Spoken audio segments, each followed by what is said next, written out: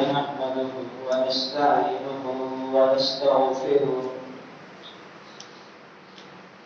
ونؤمن به ونتوكل عليه ونعوذ بالله من شرور أنفسنا ومن سيئات أعمالنا من يهده الله فلا مضل له ومن يضلله فلا هادي له وأشهد أن لا إله إلا الله وحده لا شريك له ونشهد أن سيدنا وسندنا وحبيبنا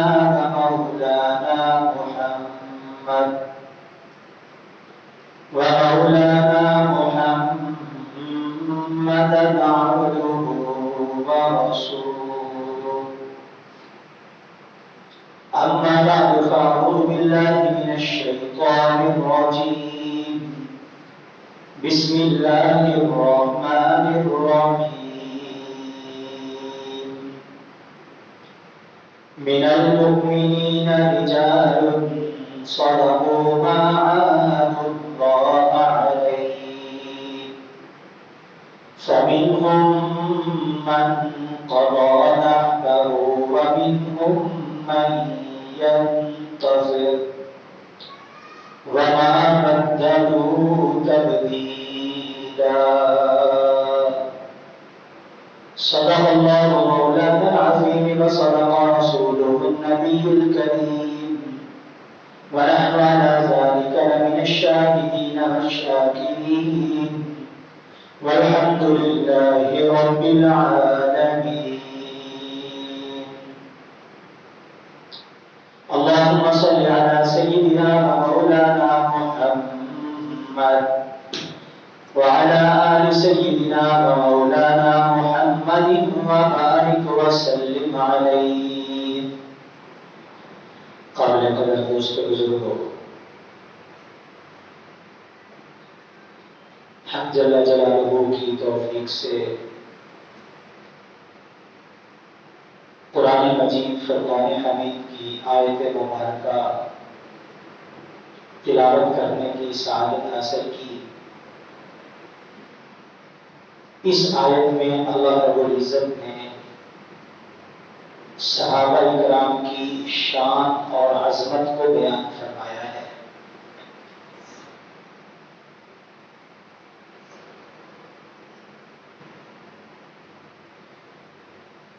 جس وقت صحابہ کرام رضوان اللہ تعالی اجمعین نے اللہ کے راستے میں قربانی پیش کی، بدر کے میدان میں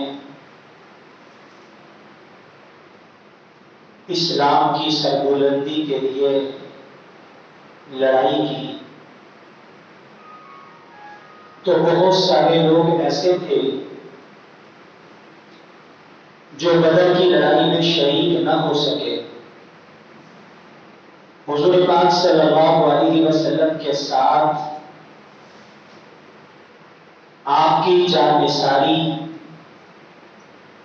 اور اسلام کی پہرے داری میں حصہ شامل نہ کر سکے۔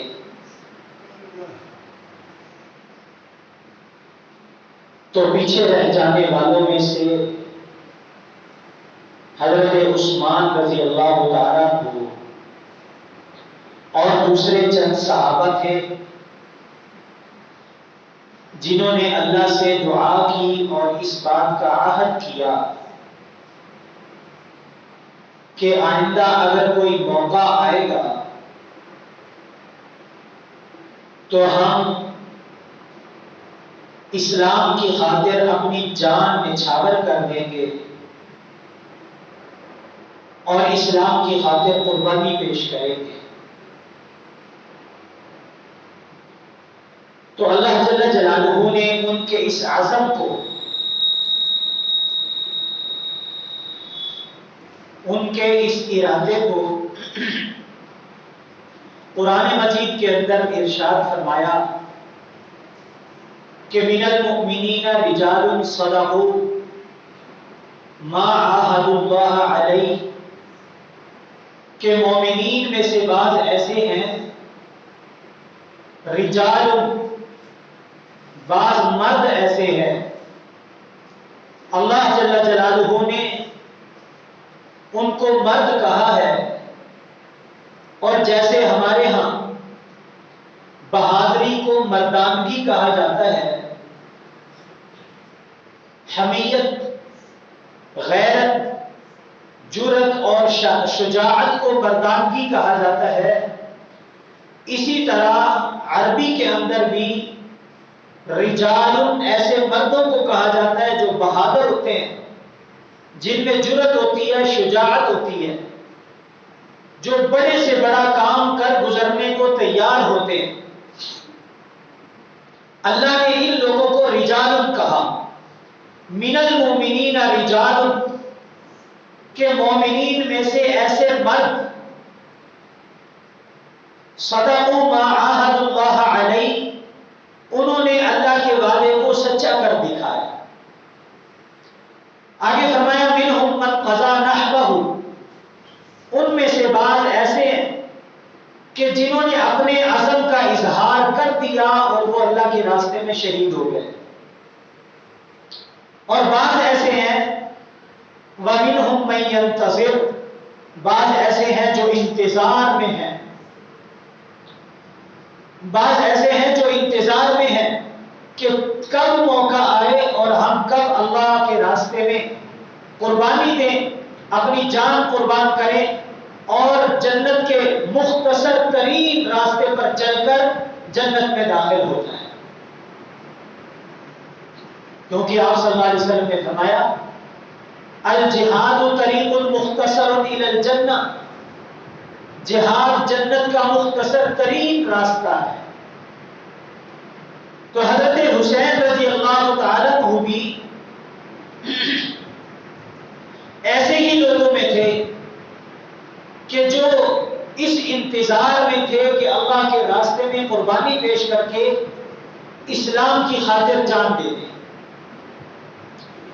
پچھلے جمعوں سے میں عرض کر رہا تھا کہ حضرت حسین رضی اللہ تعالیٰ عنہ کی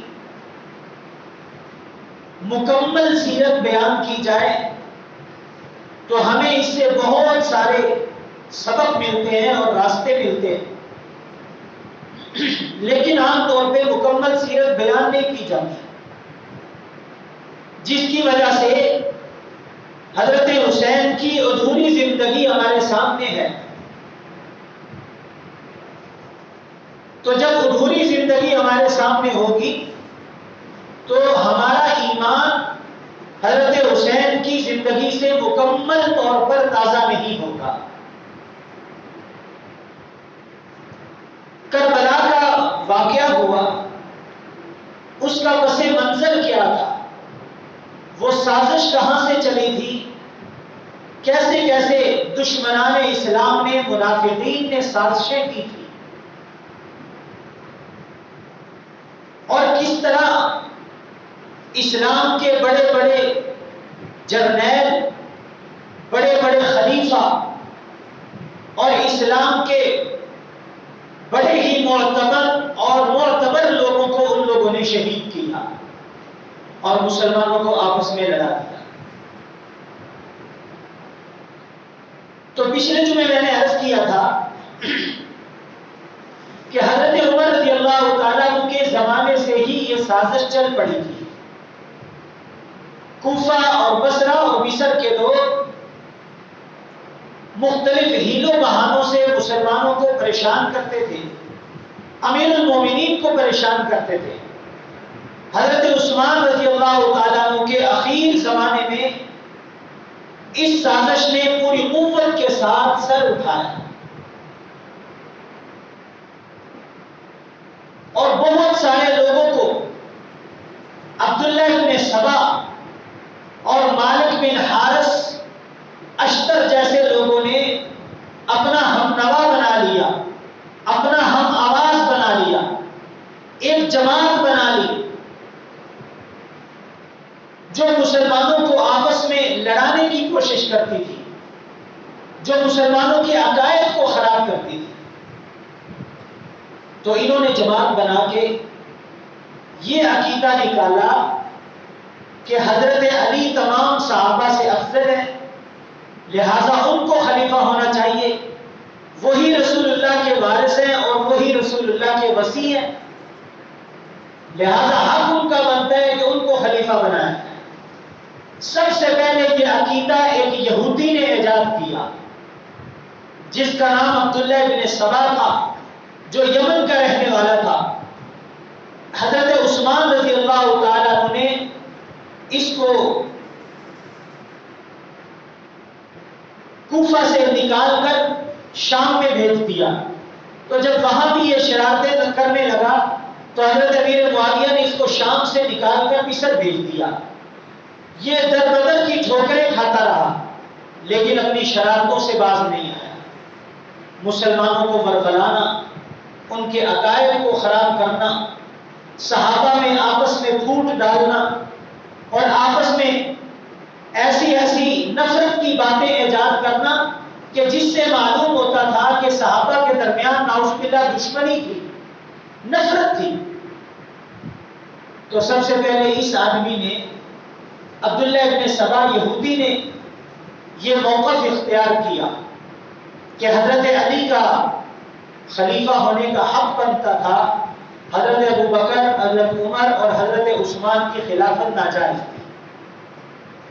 اور پھر اسی نے آگے چل کر یہ عقیدہ اختیار کیا کہ حضرت علی مشکل کشا ہیں، حضرت علی مدد کرنے والے ہیں، اور اس طرح کا عقیدہ ایجاد کر کے اس نے لوگوں میں پھیلانا شروع کیا. رفتہ رفتہ اس آدمی نے ایک ایسی جماعت تیار کر لی جو حضرت علی رضی اللہ تعالیٰ عنہ کو خدا اور الہ کہنے لگی. تو حضرت علی رضی اللہ تعالیٰ عنہ نے اپنی خلافت کے زمانے میں ان لوگوں کو آگ میں جلا دیا تھا. جو حضرت علی کو مشکل کشا کہتے تھے، جو حضرت علی سے مدد مانگتے تھے، حضرت علی رضی اللہ تعالیٰ نے ان لوگوں کو آگ میں جلا دیا. اور یہ بات حدیث کی کتابوں میں بہت مشہور ہے. تو بہرحال یہ سازش ہوئی. عبداللہ ابن سبا، مالک اشتر اور بہت سارے جو زہیر بن حرقوس جیسے لوگ ایک بہت بڑی جماعت بنا کے حضرت عثمان کے مقابلے میں لے آئے. حضرت عثمان کے گھر کے سامنے دھرنا دیا، حضرت عثمان کو محصور کر لیا، گھیرا ڈال لیا. 40 دن حضرت عثمان رضی اللہ تعالیٰ عنہ کو بھوکا پیاسا رکھ کے ان لوگوں نے شہید کر دیا. ان کو شہید کرنے کے بعد اب مسلمانوں کا اتنا بڑا خلیفہ شہید ہو جائے اور حضور علیہ السلام کا دوہرا داماد بھی ہو، حضور کی پھوپھی کی بیٹی کا بیٹا بھی ہو، حضرت علی کا ہمزلف بھی ہو، حضرت حسن و حسین کا خالو بھی ہو. اتنا بڑا آدمی، اتنا بڑا خلیفہ اسلام میں جس کا تیسرے نمبر کا مقام ہے، اگر اس کو شہید کر دیا جائے تو یہ کوئی معمولی بات نہیں تھی. یہ کوئی معمولی بات نہیں تھی. بس اوقات لوگ سوال کرتے ہیں، میں ایک سوال ذہن میں آ رہا ہے اس کا جواب بھی دیں. بعض ملحد قسم کے لوگ، گستاخ صحابہ قسم کے لوگ، صحابہ کے دشمن، اسلام کے دشمن، مسلمانوں میں تفرقہ ڈالنے والے یہ سوال کرتے ہیں کہ جب حضرت حسین شہید ہوئے تو ہزاروں صحابہ موجود تھے، انہوں نے ساتھ کیوں نہیں دیا؟ بہت بڑا سوال ہے. میرے ذہن میں بھی آئے گا، آپ کے ذہن میں بھی آئے گا کہ حضرت حسین شہید ہو گئے، ہزاروں صحابہ موجود ہیں، حضرت حسین کو بے یار و مددگار کیوں چھوڑ دیا گیا؟ یہ سوال پیدا ہوتا ہے. اور یہ سوال پیدا کر کے دین دشمن لوگ مسلمانوں میں خام خواہ صحابہ اکرام کے بارے میں نفرتیں پیدا کرتے ہیں. تو پھر میرا سوال یہ ہے کہ حضرت حسین کا واقعہ تو 10 دنوں میں آنن فانن ہو گیا.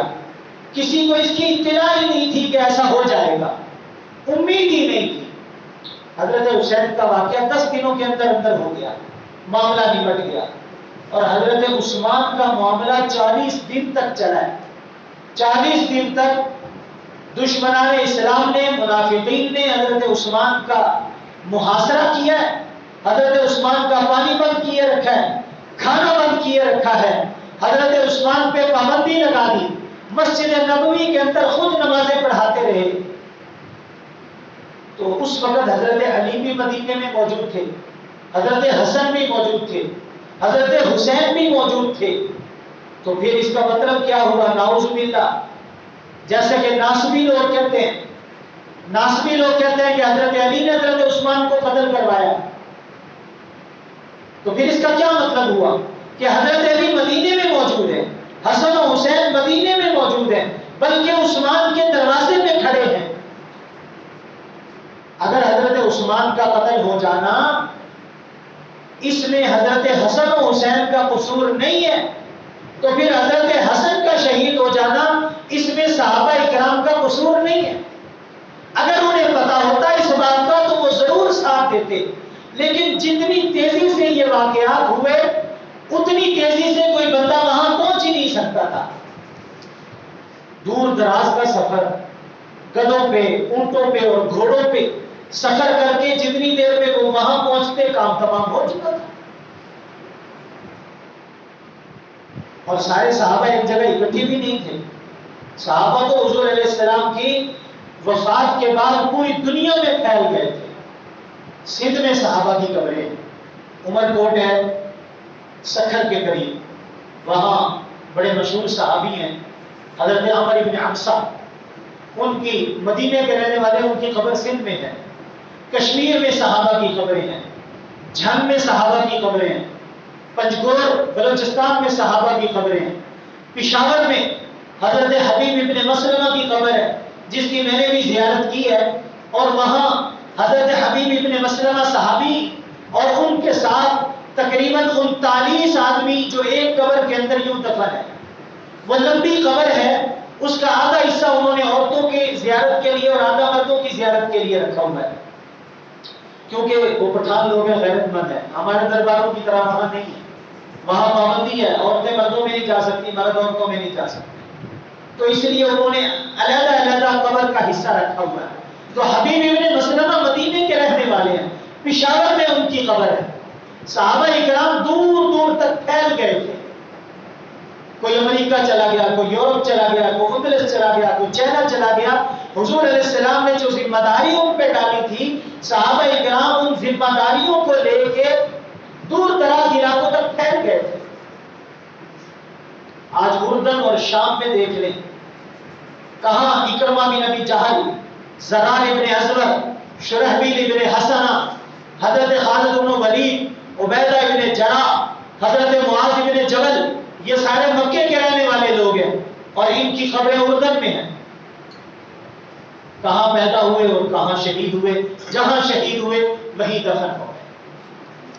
تو صحابہ اکرام تو دور دور پھیل چکے تھے، علاقے زیادہ فتح ہو چکے تھے، تو صحابہ اکرام اسلام پھیلانے کے لیے، نبی پاک کی سنت اور شریعت کو پھیلانے کے لیے دور دراز علاقوں میں صحابہ اکرام پھیل چکے تھے، اس لیے اس موقع میں صحابہ اکرام حاضر نہیں ہو سکے، اور جو وہاں موجود تھے وہ انتہائی بوڑھے تھے۔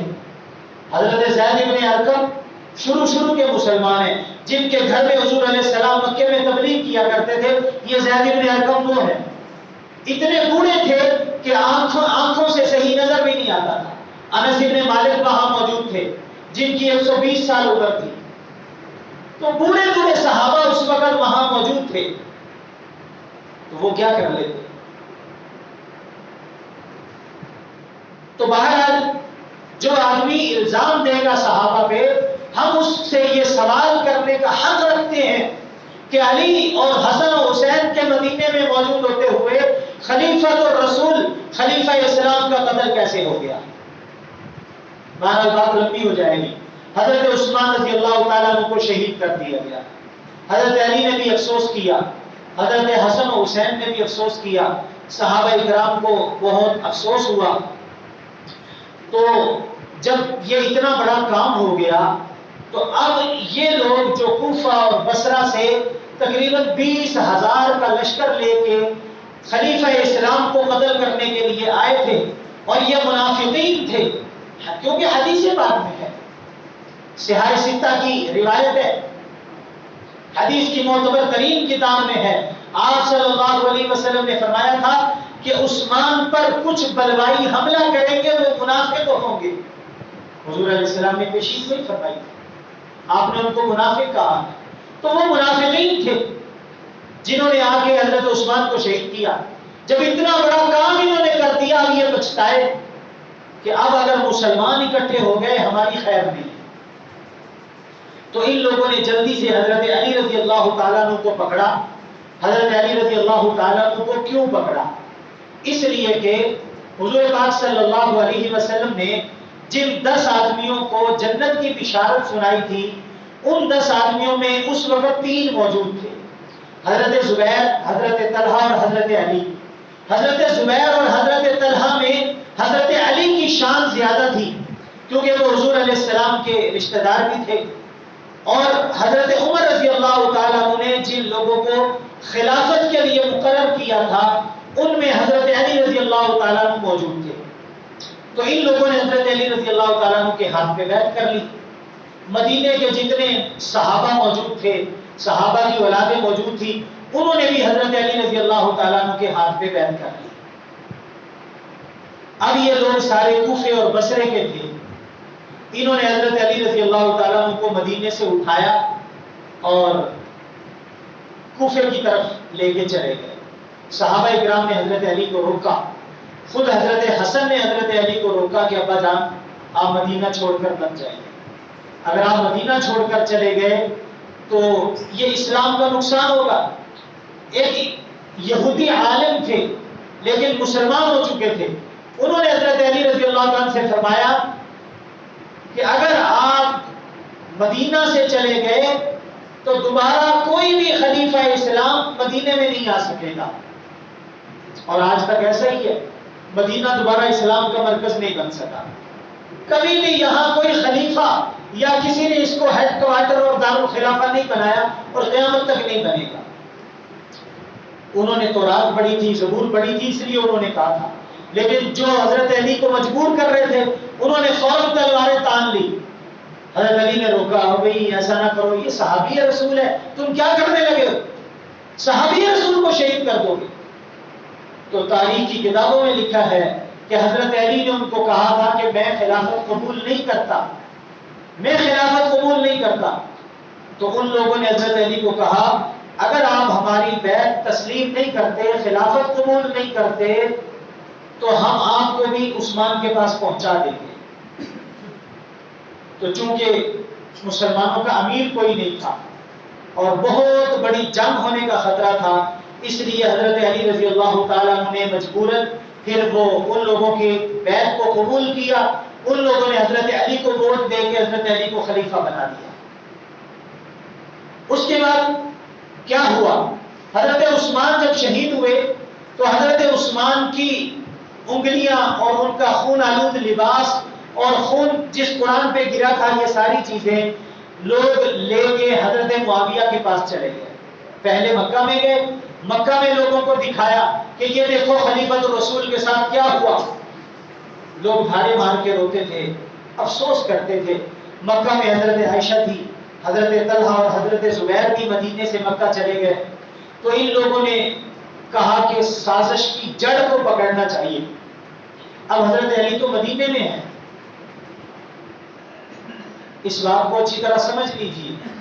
لوگ کہتے ہیں کہ لوگوں نے حضرت طلحہ زبیر نے حضرت علی سے جنگ کی ہے، حضرت علی سے طلحہ و زبیر لڑنے کے لیے نہیں آئے، بلکہ حضرت علی کو ان سے لڑنے کے لیے مجبور کیا گیا ہے۔ حضرت طلحہ، حضرت زبیر، حضرت عائشہ جس وقت انہوں نے سنا کہ مدینے میں اتنا ظلم ڈھایا گیا تو یہ بہت بڑا لشکر لے کے بصرہ کی طرف گئے۔ بصرہ عراق میں ہے اور مکہ اور مدینہ عرب میں ہے۔ بصرہ عراق میں، تو تو یہ لوگ مکے سے مدینے میں نہیں آئے بلکہ بصرہ کی طرف گئے. اس کا کیا مطلب تھا؟ اس کا مطلب یہ تھا کہ حضرت عائشہ، طلحہ، زبیر، یہ جو سازش ہوئی ہے اسلام کے خلاف، اس کی جڑ کو پکڑنا چاہتے ہیں، حضرت علی سے لڑنا نہیں چاہتے. اگر حضرت علی سے جنگ کرنا چاہتے ہوتے تو پھر مدینہ میں آتے، حضرت علی تو مدینہ میں تھے. اور کوئی بندہ بھی یہ ثابت نہیں کر سکتا کہ شامیوں کا لشکر یا حضرت عائشہ کا لشکر مدینے کی طرف آیا ہو. ایسا نہیں ہوا. بہرحال حضرت عائشہ اور حضرت طلحہ، زبیر یہ اپنا لشکر لے کے بصرہ کی طرف چلے گئے. بصرہ میں جو ان لوگوں کا ہیڈ کوارٹر تھا، ان کی قوت تھی، وہاں جا کے ان لوگوں کو سمجھانا شروع کیا. وہ نہ سمجھے تو انہوں نے ان لوگوں کو قتل کرنا شروع کر دیا.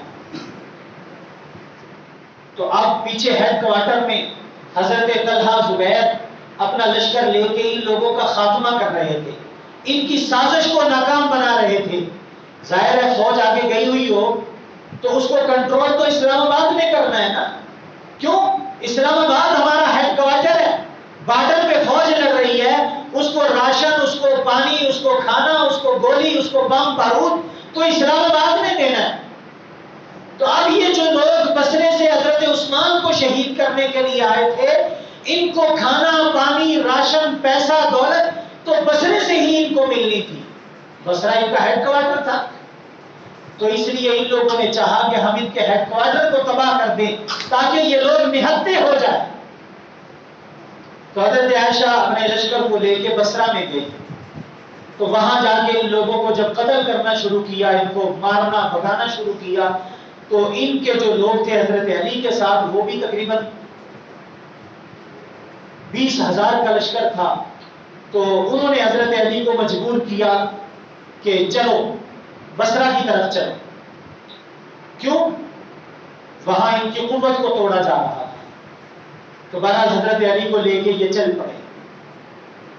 اور یاد رکھو، کوئی بھی صدر یا وزیر ہوتا ہے وہ خود نہیں چلتا، اس کو اس کے مشیر چلاتے ہیں. اس کو اس کے مشیر چلاتے ہیں. عمران خان خود نہیں چلتا، اس کو اس کے مشیر چلاتے ہیں، اس کے وزیر چلاتے ہیں.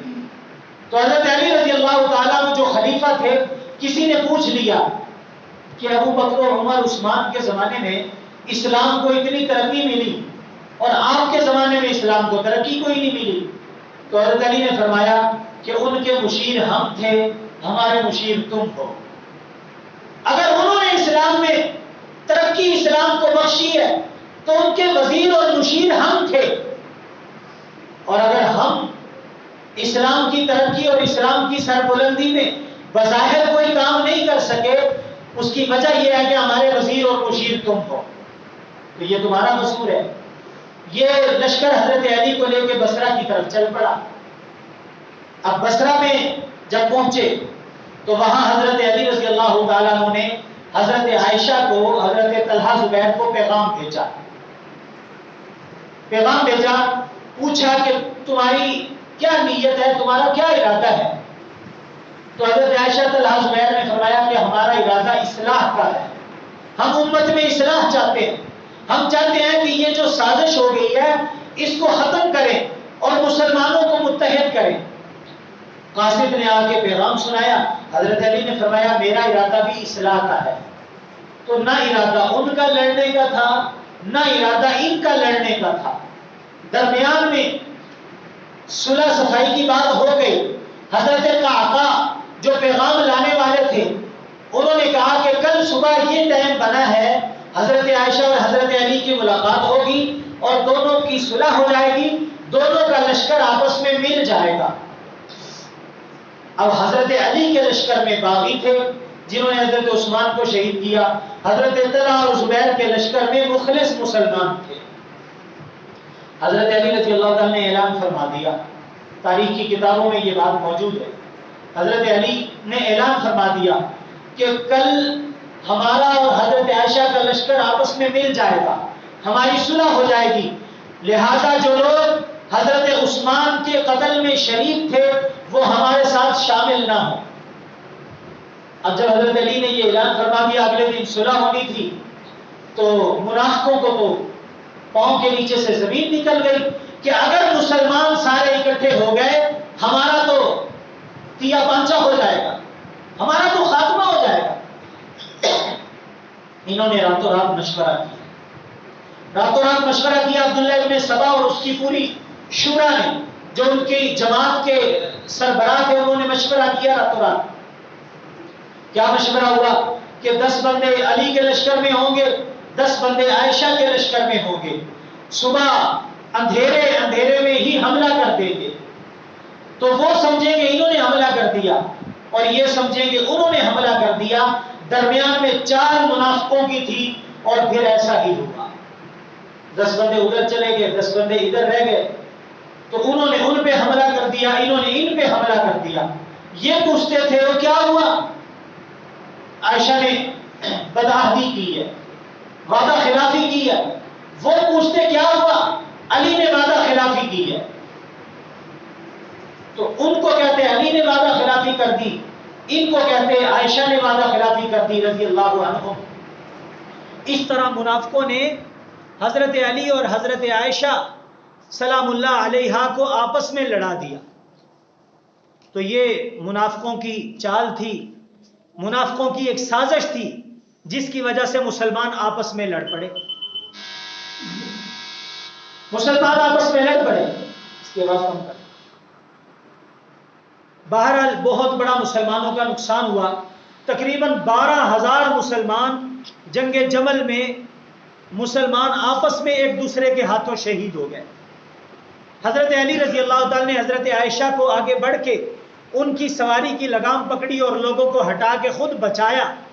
حضرت عائشہ کو بچا کے ان کے بھائی محمد ابن ابو بکر اور حضرت حسن کے ہاتھ حضرت عائشہ کو مدینے کی طرف واپس بھیجا، اور پھر جتنے لوگ شہید ہو گئے تھے ان تمام کا جنازہ حضرت علی رضی اللہ تعالی نے پڑھایا، چاہے وہ حضرت علی کے لشکر میں تھے چاہے وہ حضرت عائشہ کے لشکر میں تھے، سب کا جنازہ حضرت علی رضی اللہ تعالی نے پڑھایا۔ حضرت علی رضی اللہ تعالی سے پوچھا کسی آدمی نے کہ آپ ان کا جنازہ پڑھا رہے ہیں تو ہم نے ان سے لڑائی کیوں کی ہے؟ کیا یہ مشرک تھے جو ہم نے ان سے لڑائی کی؟ حضرت علی نے فرمایا نہیں۔ تو اس نے پوچھا کیا یہ منافق تھے؟ حضرت علی نے فرمایا نہیں۔ تو اس نے پوچھا پھر کیا تھے؟ ہم نے ان سے لڑائی کیوں کی ہے؟ تو حضرت علی رضی اللہ تعالی نے فرمایا اخونا قد بغونا، کہ یہ ہمارے بھائی تھے جو زیادتی کر کے ہماری طرف چڑھ آئے تھے۔ تو بہرحال سب سے بنیادی بات یہاں یہ ہے، کوئی بندہ آپ سے یہ کہے کہ حضرت علی سے حضرت عائشہ نے جنگ کیا ہے، ایسا نہیں ہے۔ اگر میں کسی سے جنگ کرنے جاؤں گا تو میں اس کے دروازے پہ جاؤں گا، جبکہ حضرت علی بصرہ میں آئے ہیں، حضرت عائشہ مدینے میں نہیں گئی۔ تو یہ جنگ منافقوں نے کروائی ہے، انہی سازشیوں نے کروائی ہے جنہوں نے حضرت عثمان کو شہید کیا۔ اس کے بعد حضرت امیر معاویہ نے جب دیکھا کہ حضرت عثمان کو شہید کر دیا گیا، ان کی بیوی کی انگلیاں کاٹ دی گئی، ان کے بچوں کے سامنے ان کو ذبح کر دیا گیا۔ ابھی موٹر وے پہ کیا ہوا؟ کہتے ہیں جی بچوں کے سامنے عورت سے زیادتی ہو گئی، اس کو قتل نہیں کیا، اس کو زخمی نہیں کیا، اس کا مال نہیں لوٹا، سب کچھ اس کے پاس موجود تھا، صرف زیادتی کا الزام ہے، وہ بھی مبینہ ہے، اس کی بھی ابھی تحقیق نہیں ہے، صرف میڈیا پہ ہی بات ہے، تحقیق نہیں ہے۔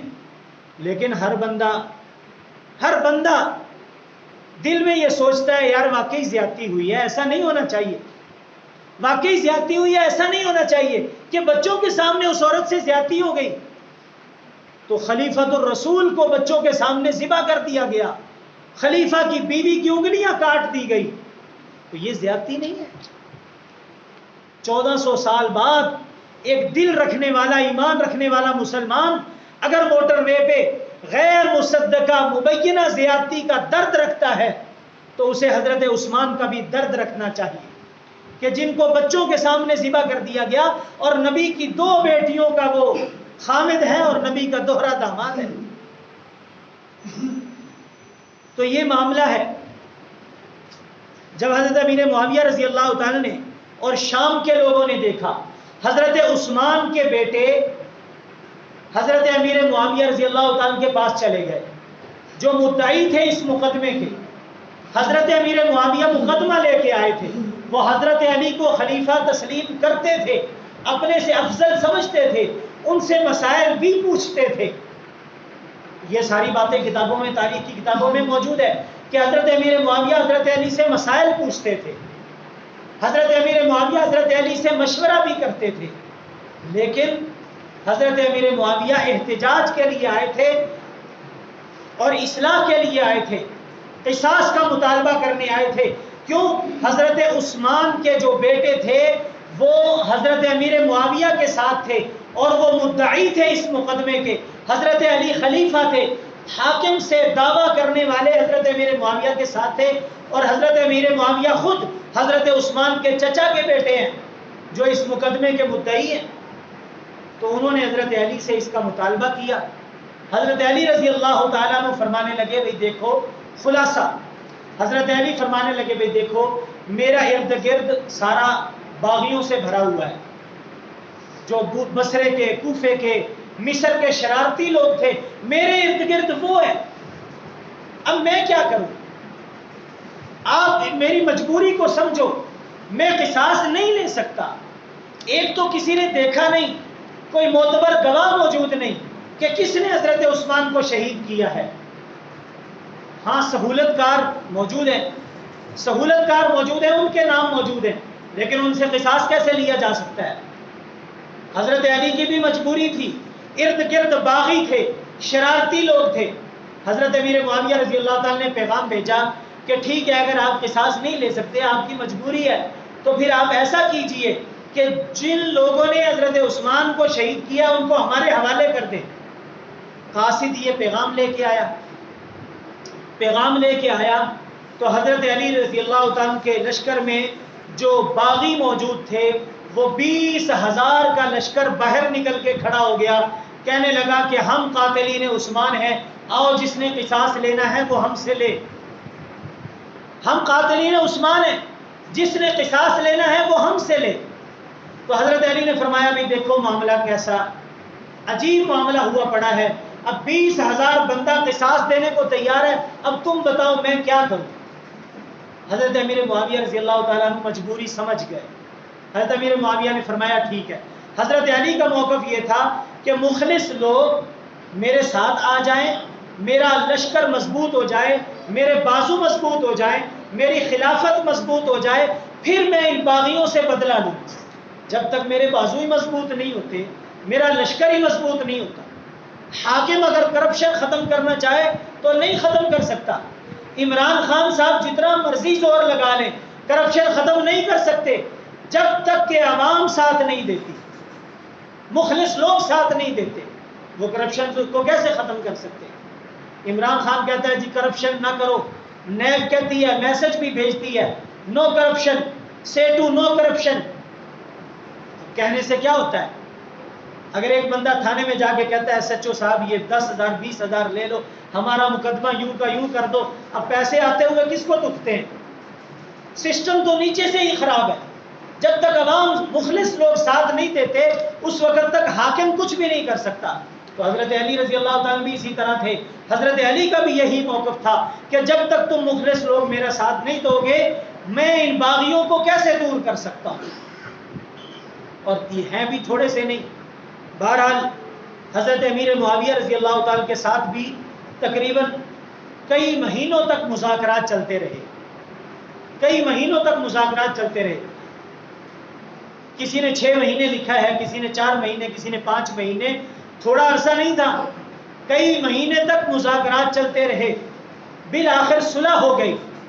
جب صلح ہونے لگی تو منافقوں کو پھر پالا پڑ گیا, منافقوں کو پھر پالا پڑ گیا کہ اگر ان کی صلح ہو گئی تو پھر منافقین کا تو صفایا ہو جانا تھا. انہوں نے پھر درمیان میں چپکلش کروا دی. وہی طریقہ کار اختیار کیا جو پہلے اختیار کیا تھا کہ کچھ بندے ادھر بھیج دیے, کچھ بندے ادھر بھیج دیے. انہوں نے ان پہ حملہ کر دیا, انہوں نے ان پہ حملہ کر دیا. انہوں نے سمجھا کہ حضرت امیر معاویہ نے حملہ کر دیا, انہوں نے سمجھا حضرت علی نے حملہ کر دیا. دونوں لشکر آپس میں مٹ بھیڑ ہو گئی اور دونوں ٹکرا گئے. مسلمانوں کا ڈھیر سارا نقصان ہو گیا. تقریباً کسی نے 40,000 لکھا، کسی نے 50,000 لکھا، کسی نے 60,000 اور کسی نے 80,000 مسلمان لکھا ہے جو مسلمان آپس میں لڑ کے قتل ہو گئے۔ یہ مسلمانوں کا تھوڑا نقصان نہیں ہوا۔ پھر حضرت علی کی طرف تو باغی لوگ تھے جو اسلام کے دشمن تھے، تو ان لوگوں نے مسلمانوں کو خوب دل کھول کے مارا۔ بالآخر حضرت عمر بن عاص نے، حضرت امیر معاویہ نے اور اس لشکر میں جو مخلص لوگ تھے ان لوگوں نے قرآن سر اٹھائے اور کہا کہ آؤ قرآن پہ فیصلہ کرتے ہیں۔ انہوں نے قرآن اٹھائے کہ آؤ قرآن پہ فیصلہ کرتے ہیں، کہ قرآن کو تو کوئی چھوڑ کے نہیں نہ جا سکتا۔ تو جب انہوں نے قرآن اٹھایا تو پھر سبھی لوگ تسلیم کرنے لگے، ٹھیک ہے جیسے قرآن و سنت کہتا ہے ویسے ہم فیصلے کو تسلیم کر لیں گے۔ تو انہوں نے حکم بنا دیے، ایک بندہ ادھر سے آ گیا اور دوسرا بندہ ادھر سے آ گیا۔ میں درمیان میں ایک عجیب بات آپ کو بتاؤں، لوگ تو بڑی بڑی باتیں کرتے ہیں، حضرت علی کے مخالفین پہ لعنت بھی کرتے ہیں، سب کچھ کرتے ہیں۔ میرے ان بیٹھے ہوئے بھائیوں میں سے بھی بعض کا یہ گمان ہوگا کہ مولوی صاحب ان کے خلاف بات کیوں نہیں کرتے جو حضرت علی سے لڑے ہیں۔ مجھے بتاؤ میں ان کے خلاف بات کیسے کروں؟ حضرت علی کے لشکر میں زیاد بن ابی سفیان حضرت امیر معاویہ کا بھائی شامل ہے۔ حضرت امیر معاویہ کا بھائی، سگا بھائی، امیر معاویہ کا سگا بھائی حضرت علی کے لشکر میں شامل ہے اور سپہ سالار ہے، جسے حضرت علی نے خراسان کا گورنر بھی بنایا تھا، جس کا نام زیاد بن ابی سفیان ہے، امیر معاویہ کا بھائی اور ابھی حضرت علی کے لشکر میں موجود ہے۔ اور دوسری طرف امیر معاویہ کے لشکر پہ کون جرأت کر سکتا ہے لعنت کرنے کی؟ امیر معاویہ کے لشکر میں حضرت علی کا سگا بھائی ابو طالب کا بیٹا عقیل بن ابی طالب، حضرت علی کا سگا بھائی حضرت امیر معاویہ کے لشکر میں۔ کون اس کا انکار کر سکتا ہے؟ اسے میرے سامنے لے آؤ، ہر کتاب کے اندر یہ بات مل جائے گی۔ زیاد بن ابی سفیان حضرت علی کے لشکر میں ہے، حضرت امیر معاویہ کا بھائی، نام یاد رکھ لو، اور عقیل بن ابی طالب حضرت علی کا سگا بھائی حضرت امیر معاویہ کے لشکر میں ہے۔ تو یہ کیا ہے؟ مسلمان بھی یہ سمجھتے تھے کہ یہ مسلمانوں کے خلاف ایک سازش ہے۔ جو منافقوں نے سازش کی، انہی منافقوں نے حضرت عثمان کو شہید کیا، انہی منافقوں نے ان کا جنازہ نہیں پڑھنے دیا، انہی منافقوں نے پھر حضرت علی اور حضرت عائشہ کو لڑا دیا، انہی منافقوں نے پھر حضرت امیر معاویہ اور حضرت علی کو لڑا دیا۔ بہرحال حکم بن گئے۔ حضرت ابو موسیٰ اشعری بڑے صحابی ہیں، حدیث میں ان کے فضائل ہیں۔ حضرت علی کی طرف سے حضرت ابو موسیٰ اشعری آ گئے، حضرت امیر معاویہ کی طرف سے حضرت عمر بن عاص آ گئے۔ صلح ہو گئی۔ صلح میں یہ طے پایا کہ عراق، عرب اور خراسان کا علاقہ، عراق، عرب اور خراسان کا علاقہ حضرت علی کے پاس رہے گا، شام کا علاقہ امیر معاویہ کے پاس رہے گا۔ جنگ بندی کر دو، جو جس علاقے پہ حاکم ہے وہ اسی علاقے پہ حاکم رہے۔ جنگ بندی ہو گئی، تمام لوگ اپنے اپنے گھروں کو چلے گئے، سارے صحابہ اپنے گھروں کو چلے گئے۔ حضرت علی واپس کوفہ آ گئے اور حضرت امیر معاویہ واپس شام چلے گئے، جنگ بندی ہو گئی۔ اب جب حضرت علی واپس کوفہ آ گئے تو یہ کوفی لوگ اپنے اپنے گھروں میں جا کے دبک گئے، روپوش ہو گئے۔ اس کے بعد ایک واقعہ پیش آیا۔ واقعہ یہ پیش آیا کہ حضرت علی نے مصر کا ایک آدمی کو حاکم بنا کے بھیجا، حاکم بنا کے بھیجا تو وہ حاکم کو وہاں لوگوں نے قتل کر دیا۔ تو مصر جو تھا یہ یورپ کے بارڈر پہ تھا، اگر مصر کمزور ہو جاتا تو یورپین روم کے لوگ مسلمانوں پہ حملہ کرتے، اور روم چھوٹی سی سلطنت نہیں تھی، بہت بڑی سلطنت تھی، مسلمانوں پہ حملہ کرتے بہت بڑا نقصان ہو جاتا۔ مسلمانوں کی آپس کی لڑائی کا فائدہ بھی اٹھا سکتے تھے، جیسا کہ ابھی آپ کے ساتھ ہونے والا تھا کہ حکمران شیعہ سنی کو آپس میں لڑا کے فائدہ حاصل کرنا چاہتے تھے، لیکن ہمارے الحمدللہ بریلوی دیوبندی اہل حدیث کے جو علماء تھے انہوں نے حکومت کی اور ملک دشمنوں کی سازش کو ناکام بنایا، اور بعض شیعہ علماء نے بھی ملک دشمنوں کی سازش کو ناکام بنایا۔ الحمدللہ ملک بہت بڑے فساد سے بچ گیا اور معاملہ حکومت کے گربان میں ہی چلا گیا۔ تو خطرہ تھا کہ روم آپس کی لڑائی کو بہانہ بنا کے مسلمانوں پہ حملہ نہ کر دے، تو حضرت امیر معاویہ رضی اللہ تعالیٰ نے وہاں مصر پہ قبضہ کر کے اپنا گورنر وہاں مقرر کر دیا۔ تو اب جو کوفی لوگ حضرت علی کے ارد گرد تھے وہ پھر حضرت علی کو اکسانے لگے، چلو امیر معاویہ کے خلاف جنگ کرتے ہیں، چلو امیر معاویہ کے خلاف جنگ کرتے ہیں۔ حضرت علی رضی اللہ تعالیٰ نے فرمایا ٹھیک ہے، اگر تم کہتے ہو تو جنگ کر لیتے ہیں، بلا لو لشکر کو۔ انہوں نے کہا اعلان کرو۔ حضرت علی رضی اللہ تعالیٰ نے اعلان کیا۔ حضرت علی نے اعلان فرمایا کہ 3 دن کے اندر اندر جتنے لوگ مصر میں جہاد کے لیے تیار ہیں سارے کوفے سے باہر میدان میں اکٹھے ہو جائیں۔ حضرت علی 3 دن تک کوفے سے باہر بیٹھے رہے، کوئی کوفی بھی نہیں آیا۔ تاریخ کی ہر کتاب میں یہ واقعہ آپ کو مل جائے گا، کوئی بندہ بھی اس کو جھٹلا نہیں سکتا۔ میں کوشش کر رہا ہوں وہ باتیں کروں جو متفقہ ہیں، جس کو شیعہ، سنی، دیوبندی، بریلوی، اہل حدیث سبھی تسلیم کرتے ہیں، جو متفقہ باتیں ہیں، متنازع باتیں میں نہیں کرتا۔ تو حضرت علی نے 3 دن تک اعلان فرمایا، کوئی بندہ بھی نکل کے نہیں آیا۔ حضرت علی رضی اللہ تعالیٰ عنہ واپس آ گئے، کوفہ میں رہے۔ کچھ عرصے بعد حضرت علی رضی اللہ تعالیٰ عنہ کو خارجیوں نے شہید کر دیا۔ تو خارجی کہاں سے پیدا ہوئے؟ 2 فرقے پیدا ہوئے سب سے پہلے، ایک کا نام خارجی تھا، ایک کا نام رافضی تھا۔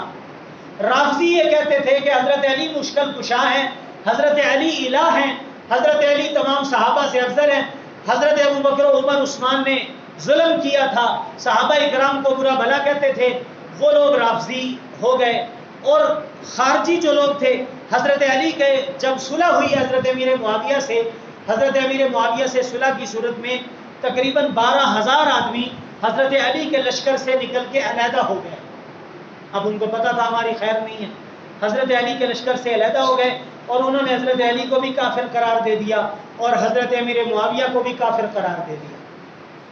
یہ علمی ایک لمبی بحث ہے۔ بہرحال یہ دونوں حضرات کو کافر قرار دے کے سائڈ پہ ہو گئے۔ ان کو خارجی کہا جاتا ہے، یعنی یہ دین اسلام سے خارج ہو گئے، نکل گئے۔ اور رافضی ان کو اس لیے کہا جاتا ہے کہ وہ دین اسلام کو چھوڑ گئے۔ رفض کا معنی ہے چھوڑ جانا، وہ دین اسلام کو چھوڑ گئے۔ تو یہ 2 فرقے اسلام میں سب سے پہلے پیدا ہوئے، ایک کا نام رافضی ہے اور ایک کا نام خارجی ہے۔ دونوں کے بارے میں آپ صلی اللہ علیہ وسلم کی پیشین گوئی موجود ہے۔ خارجیوں کو پھر حضرت علی رضی اللہ تعالیٰ عنہ نے ان کے ساتھ جنگ کی اور ان کو قتل کر دیا۔ تو اس طرح یہ سارا معاملہ ہوا، اس کو یہیں پہ ختم کرتے ہیں۔